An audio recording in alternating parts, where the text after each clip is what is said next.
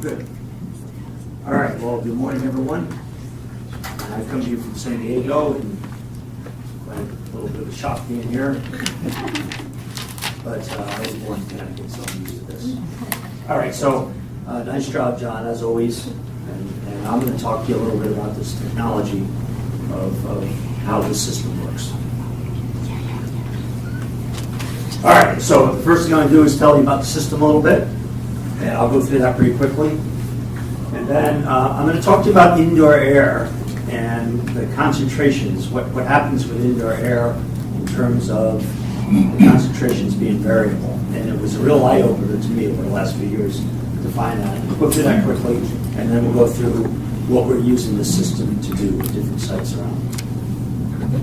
So, what I'd like to start out with is I've been doing vapor intrusion since about the mid-90s. And when they first brought this issue up in San Diego, I said, really? You're worried about vapors going to structures? And this is really? I just never thought this would be much of a concern. And certainly around 2000 is when the EPA got involved with vapor intrusion and it became a big thing. So we were a little bit ahead of our time in the mid-90s. And so I've been dealing with this pathway for a while. And to me, the biggest problem with this pathway is we go out and we use these things called suma cans. Some of you may know this, so we use these passive collectors. And the problem is what you get when you do these programs, go out and do the sampling, is you basically get this. You get one number. And then you have to try to figure out what that number means. And so what I drew here was, let's say this is the level, this red line, this is the level which you can't exceed, the screening level or the target level. And so you get a point that's just above the level. So you go, okay, now what? What do I do with this? And usually what happens is you go back and you resample, typically in a different season, maybe 6 months later, summer, winter type thing. So you go back and guess what you get? You get this. So now you have 2 data points. What do you do with that? And so one's high, one's low, you're going to go back again. And this is what we do, maybe 4 months later, 3 months, 6 months later, and now you get this. And so you have 3 data points, and you're trying to figure out, gee, I have one below, I got a couple above, what does this mean? And this is the typical vapor intrusion assessment technique. And what are you going to do with this? How do you figure it out? So the analogy I like to use when I'm talking about, in other words, you don't have a whole lot to work with, data-wise. So the analogy I like to use is this. Some of you may recognize this skateboard.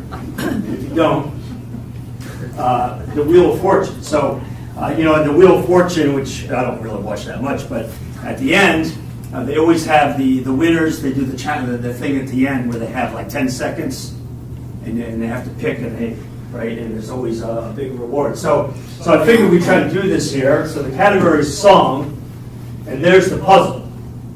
Okay, there's your letters to deal with, and you got to figure this out in 10 seconds.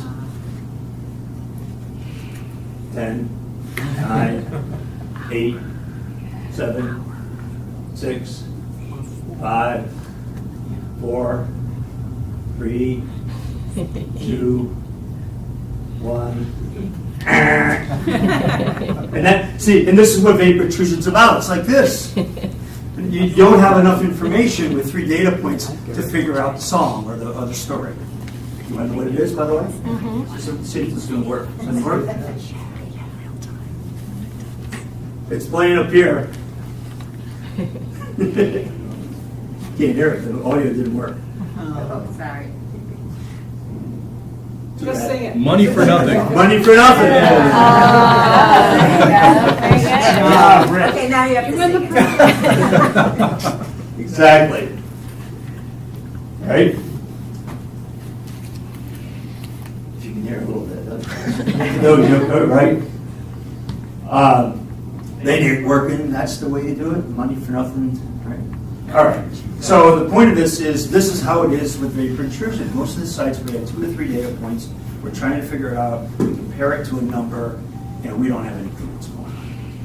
So we now get through that problem by collecting more information, and that's what I'm going to show you here.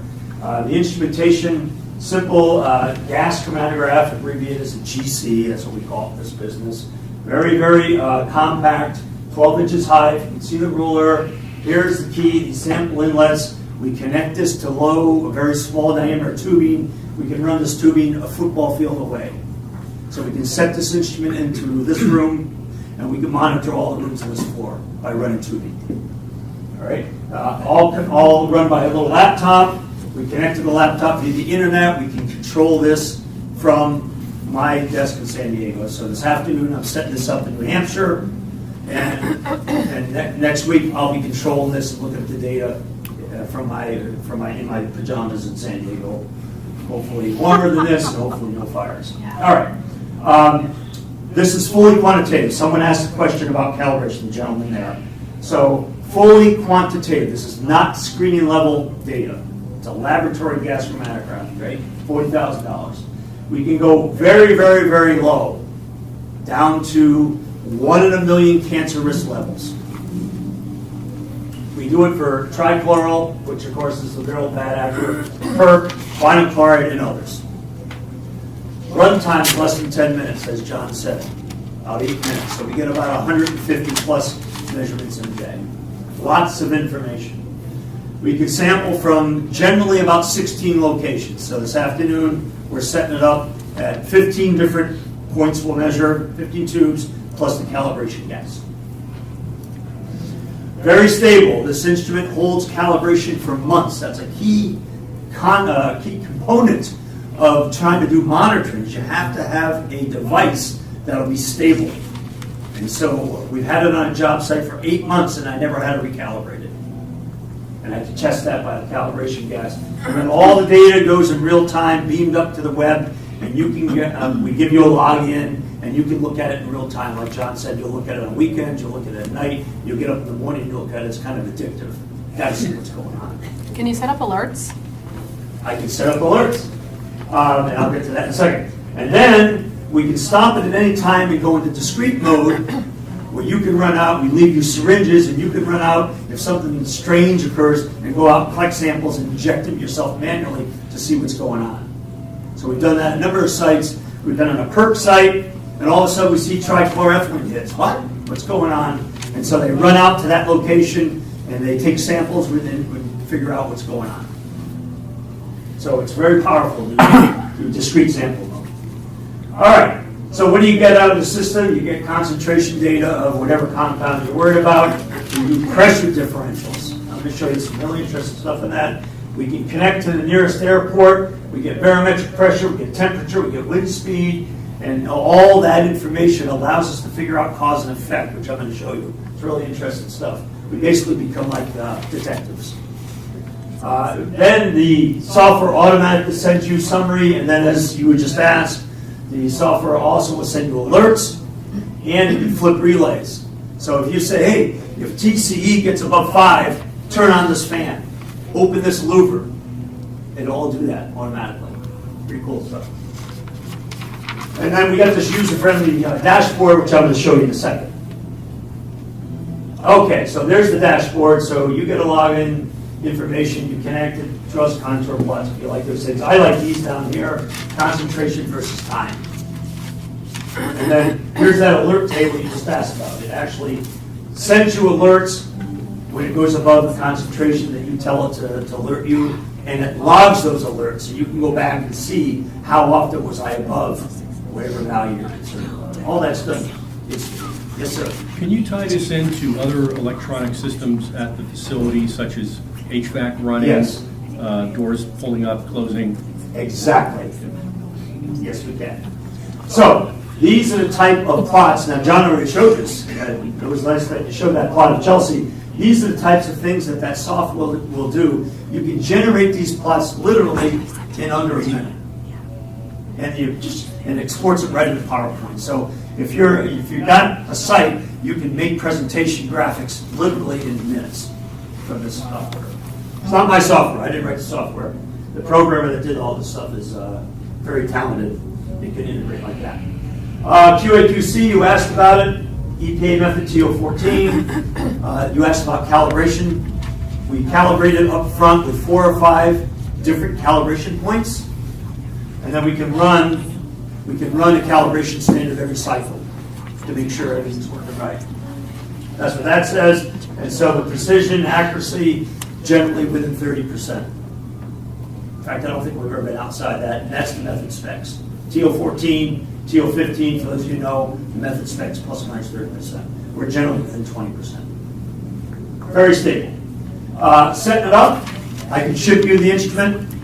You can plug it in, unpack it, you can plug it into the wall, hook up the tank of nitrogen, and then I connect through the internet. That's it.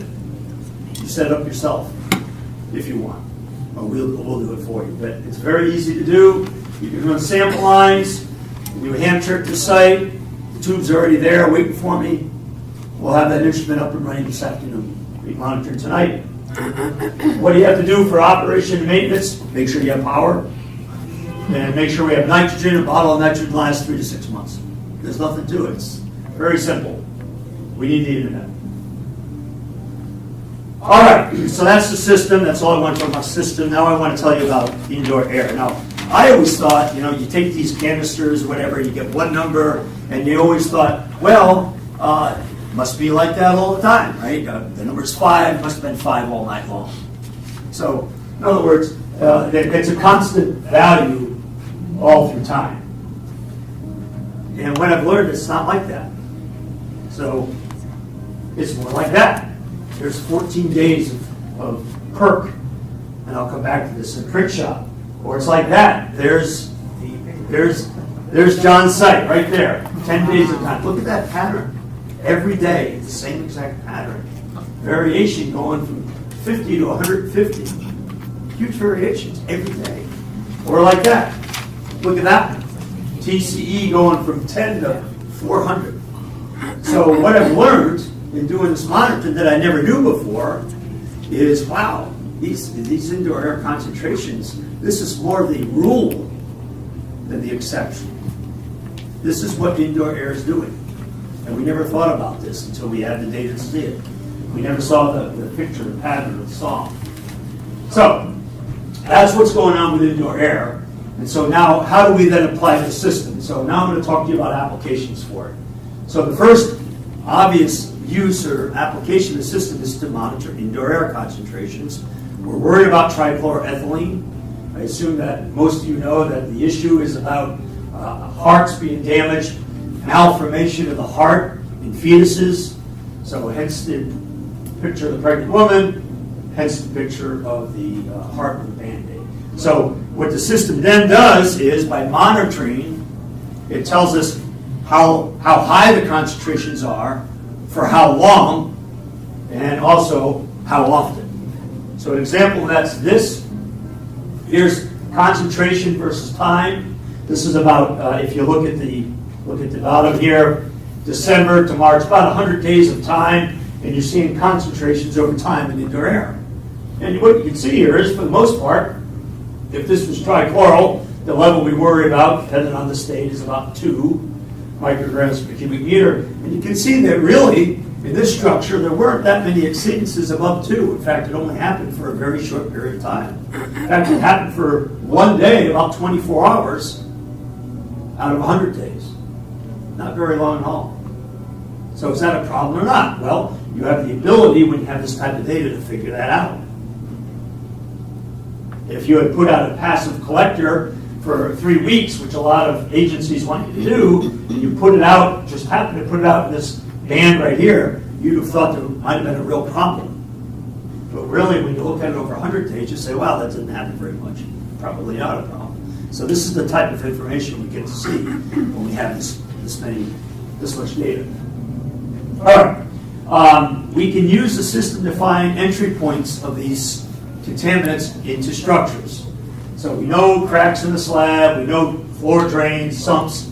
We know that these types of conduits can basically be entry points for VOCs. So we can take the system, we can go what we call discrete sample mode, where we physically go with a syringe, grab a sample near a crack, stick the syringe needle down to the floor drain, collect the sample, inject it manually, so we can look for entry points that way. But the other thing we could do is we can go in continuous mode and let it work overnight and see what rooms we get concentrations to build up. All right? So we can minimize false negatives by doing this. So here's what I mean by that. Here's an example. I'm going to show you a lot of data now. You can see lots of data, okay? So here we're looking at TCE. It's about 2 here to the left. See this microgrid. You can hear that was about 2, if you can see. And what do? We close the room up, let the system monitor overnight, close the room up, and look what happened overnight. Took off up to a value of about 15. So we could run tubes to 15 or 16 different rooms, let this thing work overnight while we're having dinner and a glass of wine until the next morning, and then we can see which rooms have the highest concentrations. And that tells us which rooms are the entry points. And then by going in and doing a discrete sample, we can find the actual entry points. And that's what we did here. We came in the next morning, opened the doors, and everything dropped right down. So that's what showed you there. So in 15 hours of monitoring time, we knew where the stuff was coming into this building. We knew what to do. All right, now, the other thing that we're having a lot of success with is differentiating whether the indoor air VOCs are coming from below or whether they're coming from an indoor source. And that's really hard to do when you have one data point or 2 or 3. Gee, I got TCE in the room at 5. Where's it coming from? And it's very hard to do with only a handful of data points. But when you monitor, we can start looking to see what the pattern is. The pattern is the key. And trying to look at that pattern in relation to what people are doing in the structure. So here's 14 days of time in a print shop. And if you want to count, there's 14 peaks.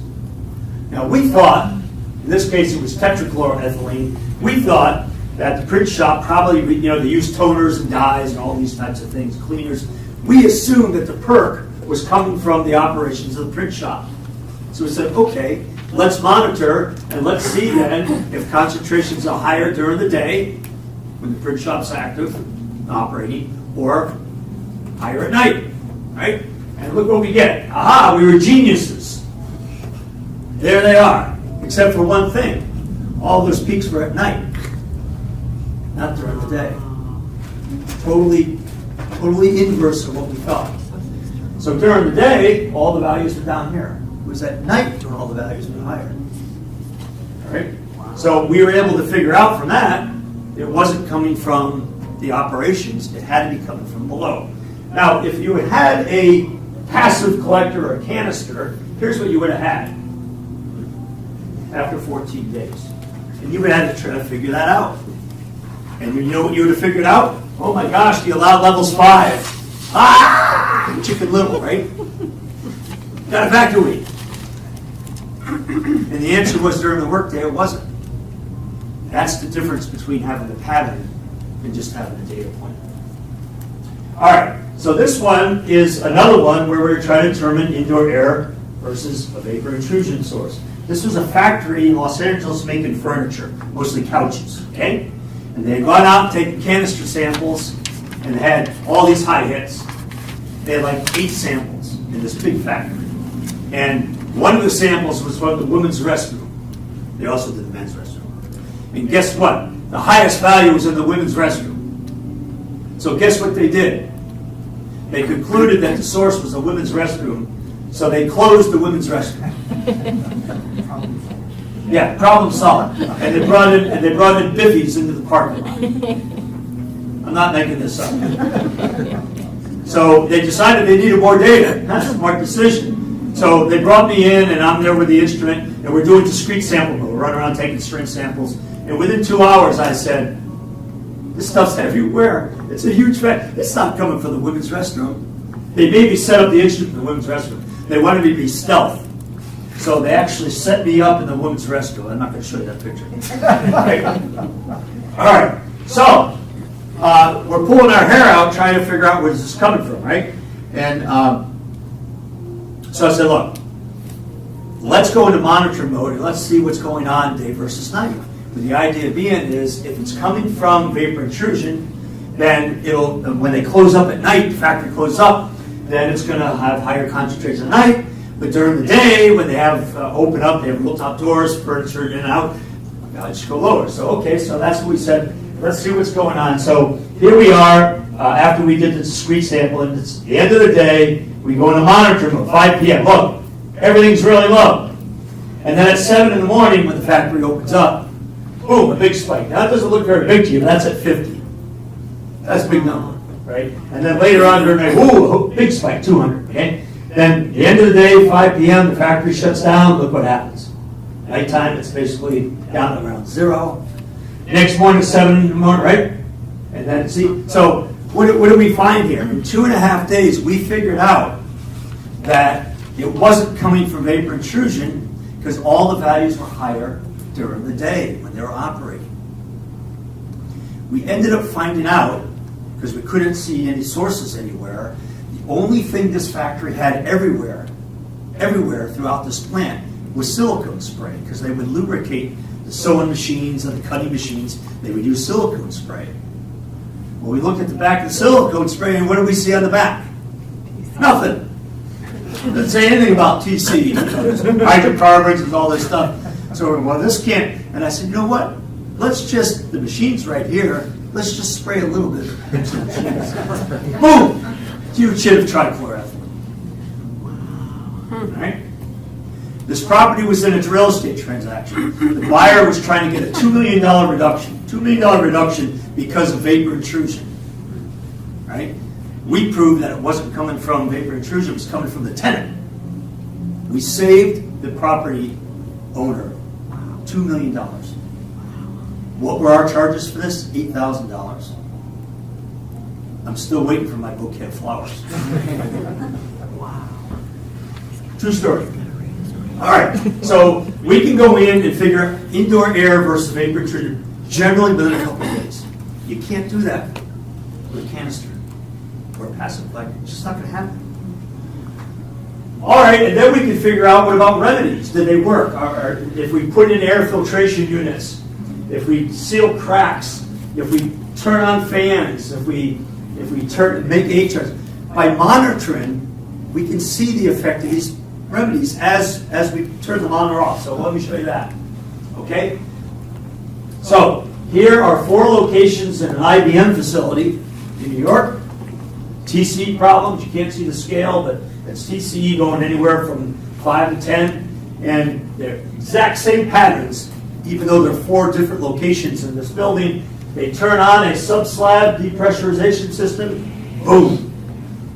Look at that. And that proves that the system was effective across the entire facility. Good stuff. And they figured that out in 5 days. Here's air filtration. This is in a double-wide trailer of all things, single-family residence. Here we're clicking around, looking at the values 5 to 10, 5 to 15. For TCE, they brought in these industrial-grade filters, filtration units, 2 of them. None of which you would ever have in your house because they're so noisy.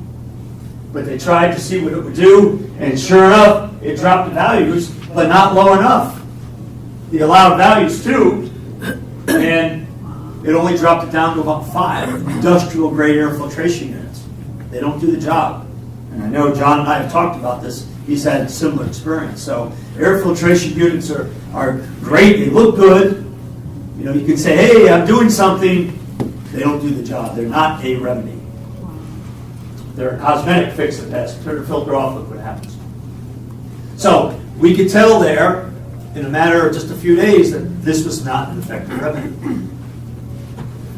All right, here, again, other remedies. Here we're clicking along at a site with a basement, and it's ranging from 4 to 14. There's 14 to 4, so everything's clicking along, right? Look at all that information.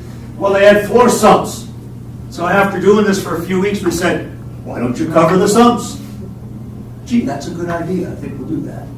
So they went out to the Home Depot, bought some plastic, laid it out, and put bags of concrete to weigh it down, bags of mortar mix to weigh it down, and look what happened within 2 hours. Wow. Yeah. So now they've done it the right way. We could tell it like that. Here, check you're going to like this one. This is a single-family residence. They had a sub-slab depressurization suction system going on, and they had an air filtration unit in the bedroom. This is the master bedroom. Young couple, had a young child, and she wanted to get pregnant again, so we had to worry about the fetal, right, heart, right? So they kept going in there for like 2 years, and they kept getting highs and lows and canisters. They were pulling their hair out. So they brought us in. So we started setting up the monitor, and the husband was very particular about where he wanted us to monitor the bed. Right? He wanted the tube, the inlet tube, to be put in a certain location in the bedroom. Right? Young wife and all that. Where would you think that would be? The breathing zone of the bed. The breathing zone of the bed. Which side of the bed? Hers. Her side, of course. Nope, his side.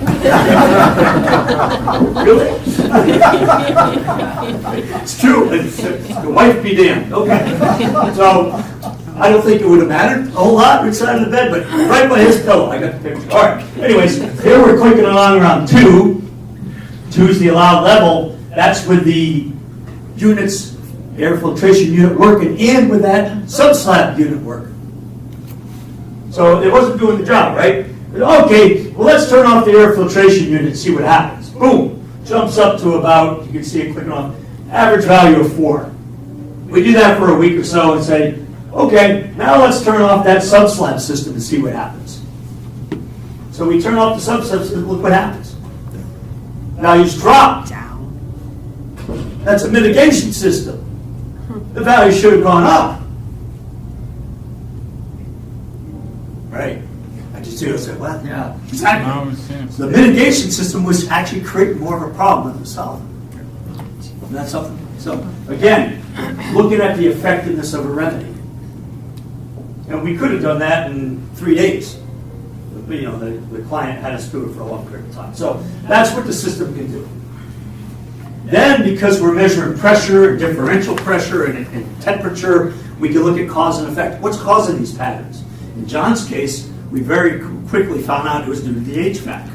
But sometimes it's due to other things. So here, in the blue, you're looking at TCE. I showed you this plot before. You might recognize it. But in the green, that's differential pressure across the slab. And so what you're seeing is a perfect correlation, between positive pressure under the slab and indoor air values. In other words, just pushing vapors like effective push, effective flow. But here's where the story really gets interesting. The positive pressure under the slab correlated perfectly with barometric pressure drop. Decrease in barometric pressure. A delta. So the barometric pressure drops. The slab now is overpressurized for a short period of time. And it's pushing the stuff in. Interesting, huh? And we've been seeing that at other sites. Here's a bank that used to be a dry cleaner, and look at this, a big burp in the middle of the night with perk, and right when the barometric pressure dropped. We see that when there's conduits into the floor, like drains and things. All right? All right. Then the last application we've been using it on is monitoring remediation systems. Are the remediation systems doing the job? So the big ones that we've been doing are these thermal heating sites where they basically boil the groundwater or heat the soil, drives off the vapors. All right? And also subsoil systems. So here's an example where before they energize the electrodes, basically turn on the heaters, we collected baseline data, in this case vinyl chloride. Vinyl chloride, we had never measured this before, so it was the first. And we collected data for about 2 weeks, you can see here. And then once they started heating up the electrodes and heating up the water, essentially, the groundwater, and then we started to see these big vinyl chloride hits coming through. Basically, their vapor recovery system wasn't doing the job, and so they could go out there in real time and modify and take corrective action to make sure their system was working properly, which is what they did. So, this is the summary then. When you have enough data, as John said, you can start to see the pattern. Pattern is the key, just like in the song. You got to have enough data points to recognize the song. or to recognize the puzzle. The pattern gives us the opportunity to be able to figure things out. You can't do this with a handful of data points. And we are figuring things out. Not in all cases, but in most. So you get that opportunity. In red, an opportunity to do all these things. Indoor versus subslab, entry points, figuring out which remedy is the best, choosing the remedy, optimizing the remedy. And we're doing this within days. So these vapor intrusion issues that go on for months and months and months, consultants love them. They're making bank dealing with these sites for geologic time. And we're putting these things to rest in days. And I'm just changing my whole outlook on doing vapor. So, the obvious questions, which you all should be thinking about, is when are you going to finish up? Right now. What does it cost? Well, we charge as much as we can get. It depends, $1,000, $2,000 a day, it depends. It works out to be about $10 an analysis. But if you go and do an indoor air program, let's say you're going to do 8 indoor air locations in a school or in a building or whatever, this building. Well, let's see, you do 8 of them, you got to have a duplicate, and you got to have an ambient. So you can do 8 indoor, you got 10 samples. Average cost of a canister or passive sample with lab costs and the labor costs is about $500 a pop. And that's probably a little low, but I'll use 500. So if you got an 8 location survey, you got 10 canisters, you're spending $5,000. And I can go monitor for you for 2 days for that same money. It'll be 300 tables. So very, very cost competitive. Do the agencies accept? That's the next question we get, or sometimes the first question we get. Well, here's the ones we've worked for. We've now worked for 1, 9, and 10. Actually, last week we worked for Region 5. We're out in Indiana. So they should go up here. John told me, make sure you put Massachusetts on there, so I did. Put it in red. Massachusetts, California. These are the state agencies we worked for to date. All the agencies love this stuff because you got lots of information. It's a no-brainer, as they would say. And we're going up to this Army Corps site this afternoon. How do the results compare to TO15? The gentleman asked before about calibrations. Well, on many sites, they take confirmation samples, which we say is a good thing to do. And that's been done at a number of sites. Sometimes they share the data with me, many times they don't. So the answer is, I've yet to get a phone call saying, hey, your data stink. They didn't match up at all. And trust me, I ran a lab for 20 years, and when we had funny numbers, I got a lot of angry phone calls. And so I've yet to get a phone call from anyone, and John can comment on the Chelsea site where our data have been way out. And the reason for that is the last thing I want to do in this business is report false positive, because this is just too sensational of a pathway, especially when you talk about hearts and fetuses.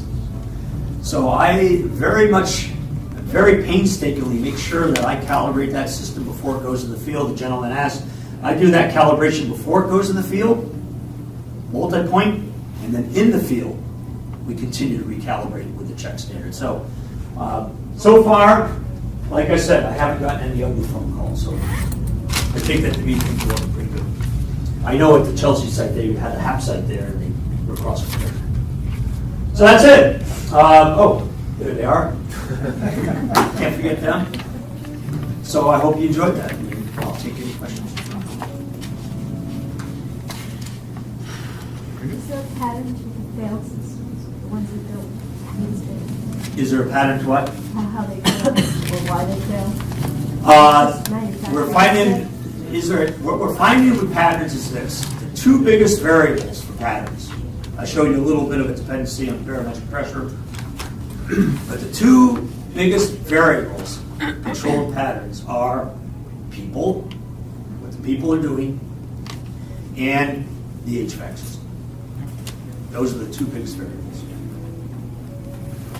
So having constant feedback, I was talking last night with a gentleman who does a lot in terms of HVAC control, having a system where you say when TC gets to 5, increase the HVAC or open this or do, and that can be done. Someone else had a question. Sir. For using for soil gas, is humidity an issue? Relative humidity, is that a problem? We've been doing soil gas monitoring. We haven't yet found that, because remember I'm from the West, so we haven't done soil gas in really a moist environment yet. But it's not a problem because if we think we're going to have high values of water essentially, then the system, I can install the system, what we call a pre-column system. And what happens is that the pre-column will vent the water away before it reaches a detector. So we have that capability if we feel that water is a problem. But yes, it can monitor soil gas and indoor at the same time. And you're only doing one compound at a time? Nope. The standard measurement looks for TCA, TC, PC, dichloroethylene, cis-trans dichloroethylene. So about 5 compounds is the standard. But it can be adjusted. We're looking at sites, we're looking at BTEX at some sites. We're looking at dichloropropane at some sites. So ethylbenzene, chlorobenzene, depends on what the site has on it. And give you different values for each of those for each sample point? Every one. So for example, typically the most common ones are trichloral and tetra, TCPC. And so you're right, the software logs both of those. You can go on that dashboard, you pick the compound, and it'll TC or PC, and you can plot them in full time. Yes, sir. It seems like another application for this would also be avoiding an over-engineering of an SSDS. Yes. So that you can see, okay, where is it working, where is it not, you can then ramp it up in a certain location, and overall, you're also saving on energy costs, installation, all of that. Exactly. So you're exactly right. I went through it quickly, but optimization of the remediation system. That could be an SSD. That could be optimization of HVAC, because at least where we are, there's a makeup. The HVACs bring in fresh air at a certain ratio to the recycled air. And so we did a site for Texas Instruments where they were tweaking that ratio, increasing the fresh air ratio until the concentrations are not where they wanted. So they were optimized, kind of like tuning a car almost. Exactly. Okay, well, thank you very much. If you want the multi-point calibration, we have a couple of different calibers for some of the different forms. Yeah, what I do is I ask you what your target level is. 1, 2, 5. You tell me what it is. I do two calibration points below it, 1 at it, 2 above. So that'll change job to job. Okay, I'm welcome to answer.